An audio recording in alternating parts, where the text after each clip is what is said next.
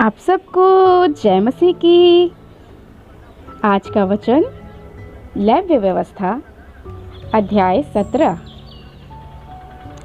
फिर यहोवा ने मूसा से कहा, हारून और उसके पुत्रों से और सब इस्राएलियों से कह कि यहोवा ने यह आज्ञा दी है, इस्राएल के घराने में से कोई मनुष्य जो बैल या भेड़ के बच्चे या बकरी को चाहे छावनी से बाहर घात करके मिलाप वाले तंबू के द्वार पर यहोवा के निवास के सामने यहोवा के चढ़ाने के निमित्त न ले जाए, तो उस मनुष्य को लहू बहाने का दोष लगेगा।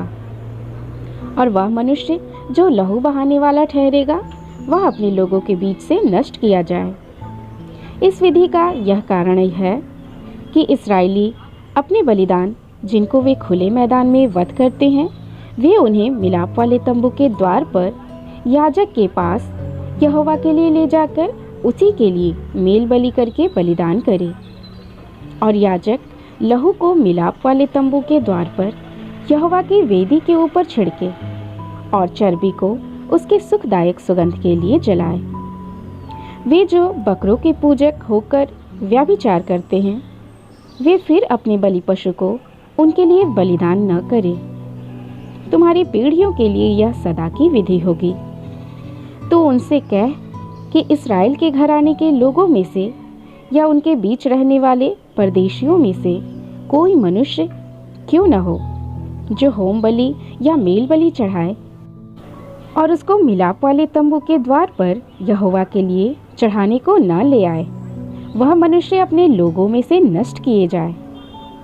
फिर इस्राएल के घराने के लोगों में से या उनके बीच रहने वाले परदेशियों में से कोई मनुष्य क्यों न हो जो किसी प्रकार का लहू खाए, मैं उन लहू खाने वाले के विमुख होकर उसको उसके लोगों के बीच में से नष्ट कर डालूंगा।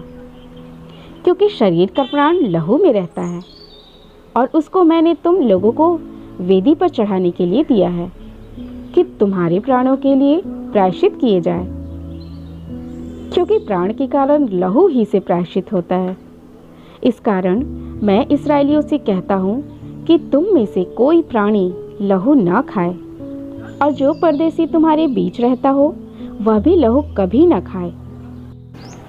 इस्राएलियों में से या उनके बीच रहने वाले परदेशियों में से कोई मनुष्य क्यों न हो जो अहेर करके खाने के योग्य पशु या पक्षी को पकड़े, वह उसके लहू को उंडेल कर धूलि से ढांप दे, क्योंकि शरीर का प्राण जो है वह उसका लहू ही है, जो उसके प्राण के साथ एक है।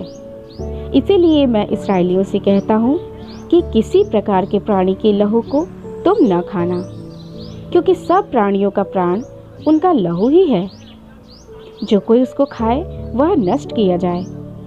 और चाहे वह देसी हो या परदेसी, जो कोई किसी लोथ या फाड़े हुए पशु का मांस खाए, वह अपने वस्त्रों को धोकर जल से स्नान करे और सांझ तक अशुद्ध रहे, तब वह शुद्ध होगा।